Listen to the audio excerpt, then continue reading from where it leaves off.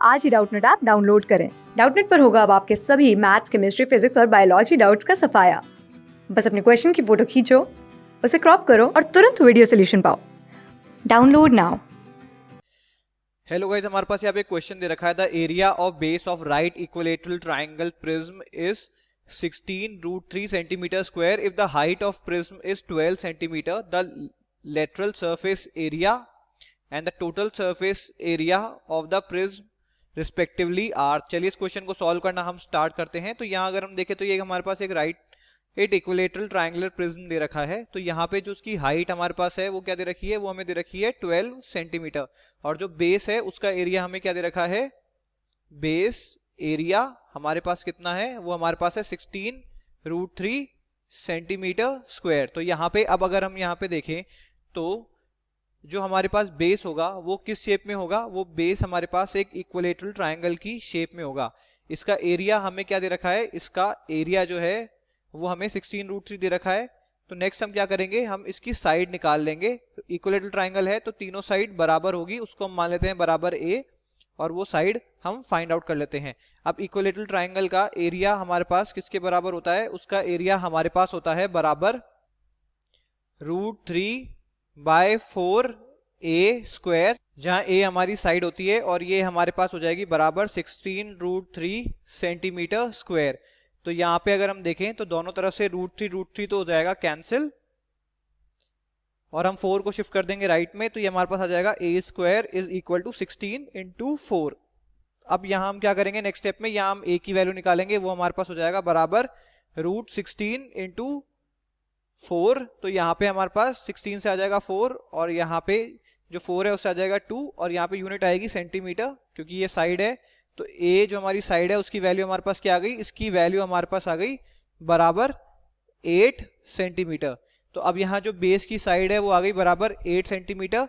तो यानी जो टॉप हमारे पास होगा उसकी भी हर साइड, क्योंकि एक ट्राइंगल शेप में ही होगी, सिमिलर इसके शेप में होगी, जो यहाँ पे हमने ब्लू कलर में ट्राइंगल बनाया है वो भी बराबर ए के बराबर होगी। अब हमको क्या बोला गया है, सबसे पहले हमको बोला गया है कि हम यहाँ पे फाइंड आउट करें लेटरल सरफेस एरिया। तो लेटरल सरफेस एरिया क्या होगा, लेटरल सरफेस एरिया अगर हम यहाँ पे देखें तो यहाँ जो ये हमारे पास 3 स्क्वायर शेप की साइड है, जिसकी यहाँ पे अगर हम देखें ये वाली साइड, एक तो ये वाली साइड हो गई, एक इसके पीछे वाली साइड हो गई, और एक जो इसके एडजेसेंट साइड होगी वो वाली साइड हो गई। तो ऐसे क्योंकि एक प्रिज्म है यहाँ पे 3 साइड होगी, तो इन 3 साइड्स का ये जो रेक्टेंगुलर शेप है इसका एरिया कंप्राइज करेगा हमारे लेटरल सरफेस एरिया को। तो हम क्या करते हैं, जो हमारा लेटरल सरफेस एरिया हो जाएगा यहाँ पे, वो हमारा होगा lateral surface area is equal to, क्योंकि यहाँ पे अगर हम देखें तो ये जो तीनों साइड है ये सिमेट्रिकली देखें तो बराबर है, तो यहाँ पे हम ले लेंगे 3 इंटू एरिया ऑफ 1 रेक्टेंगुलर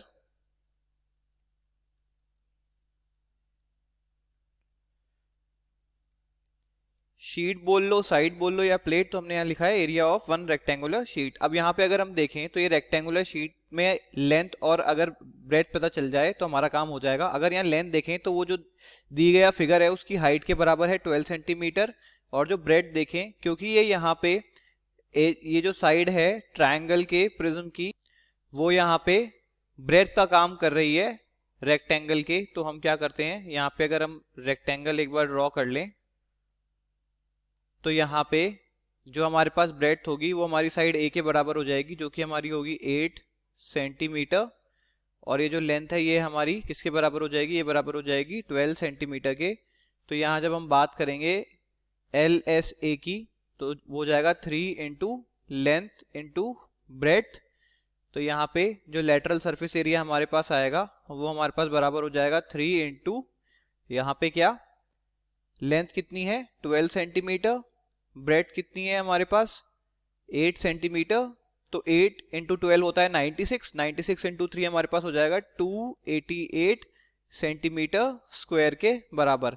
आगे चलते हैं, अब निकालते हैं total surface area. Total surface area निकालने जाएंगे जब हमारे पास क्या आ जाएगा, जो ये टॉप है प्रिज्म का वो और जो ये बॉटम है उन दोनों का एरिया।